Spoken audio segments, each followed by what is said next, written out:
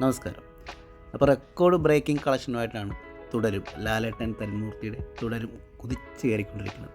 നമുക്കറിയാം, ഒരു cinema release ചെയ്ത് നല്ല റിപ്പോർട്ടുകൾ വന്നു, അതൊരു ലോങ് റണ്ണിങ് ഉള്ള സിനിമയാണെന്ന് അറിയണമെന്നുണ്ടെങ്കിൽ ആ വീക്കെൻഡ് കഴിഞ്ഞ് വർക്കിംഗ് ഡേയ്സിലുള്ള അതിൻ്റെ കളക്ഷനാണ് ഒരു സിനിമയുടെ ലോങ് റണ്ണ്, അതിൻ്റെ ശരിക്കും ഉള്ള തള്ളാണോ അല്ലയോ, അല്ലെങ്കിൽ അതിൻ്റെ റിപ്പോർട്ട് നല്ല സിനിമയാണോ അല്ലയോ എന്നുള്ളത് തീരുമാനിക്കുന്നത്. കാര്യം ആ സമയങ്ങളാണ് ഫാമിലി കൂടുതലായിട്ടും ഈ സിനിമയെ സ്വീകരിച്ചു തുടങ്ങുന്നത്. അങ്ങനെയാണ് ചരിത്രം. അപ്പോൾ തുടരും എന്ന് പറഞ്ഞ സിനിമ ആദ്യത്തെ 3 ദിവസത്തെ കളക്ഷൻ നമ്മൾ കണ്ടു.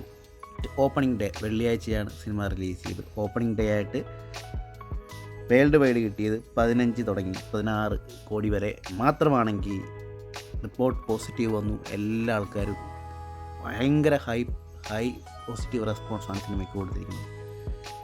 വെള്ളി കഴിഞ്ഞു ശനിയിലേക്ക് വന്നപ്പോൾ കളം മാറി 25 കോടിക്ക് മേലെയാണ് ശനിയാഴ്ച കളക്ഷൻ വന്നത്. അതിനേക്കാളും മേലെയായിരുന്നു, ഏകദേശം 26-27 കോടിക്കാണ് സൺഡേ കളക്ഷൻ പോയിരിക്കുന്നത്. അപ്പോൾ അതായിരുന്നു വീക്കെൻഡ്. അതിനുശേഷം ആണ് ശരിക്കുമുള്ള സിനിമകളുടെ റിസൾട്ട് വിധി എഴുതണമെന്നത്. അപ്പോൾ തിങ്കളാഴ്ച വർക്കിംഗ് ഡേ, ആൾക്കാർ തിരക്ക് പിടിച്ച് ജോലിക്ക് പോകുന്ന ദിവസം, അന്ന് 15 കോടി ഏകദേശം കുഴപ്പമില്ലാത്ത, അല്ലെങ്കിൽ ഏറ്റവും നല്ല സമീപകാലത്തുള്ള മലയാള സിനിമകളിൽ ഏറ്റവും നല്ല ഒരു വർക്കിംഗ് ഡേ കളക്ഷൻ തന്നെയാണ് തിങ്കളാഴ്ച തുടക്കമിട്ടിരിക്കുന്നത്. അപ്പോൾ ഇനി അങ്ങോട്ട് നമുക്ക് ഊഹിക്കാം, ഇനി അങ്ങോട്ട് ലാലേട്ടൻ്റെ ആസ് യൂഷ്വൽ പണ്ടത്തെ പോലത്തെ ആ ഒരു തേരോട്ടം, ഒരു ലോങ് റണ്ണിനുള്ള തേരോട്ടം, കളക്ഷൻ റെക്കോർഡുകൾ ബ്രേക്ക് ചെയ്യാനുള്ളൊരു തേരോട്ടം ഉറപ്പായിട്ടും സംഭവിക്കും. അതിൽ ഒരു സംശയവുമില്ല. 4 ദിവസം കഴിഞ്ഞു, 3 ദിവസം കഴിഞ്ഞു, 5 ദിവസം കഴിഞ്ഞു. അപ്പോൾ 4-ാം ദിവസം തിങ്കളാഴ്ച വരെയുള്ള കളക്ഷൻ റിപ്പോർട്ടുകളാണ്. വേൾഡ് വൈഡ് 15 to 16 crore ഗ്രോസാണ് പറഞ്ഞിരിക്കുന്നത്. കേരളത്തിൽ നിന്ന് മാത്രം തിങ്കളാഴ്ച 7 to 8 crore കളക്ഷൻ വന്നിരിക്കുന്നത്. പാൻ ഇന്ത്യ 11 to 12 crore ഗ്രോസാണ് പറഞ്ഞിരിക്കുന്നത്. ഇതുവരെ തുടരും സിനിമയ്ക്ക് കിട്ടിയ കളക്ഷൻ വേൾഡ് വൈഡ് 84-85 കോടിയാണ് ഇതുവരെയുള്ള വേൾഡ് വൈഡ് കളക്ഷൻ.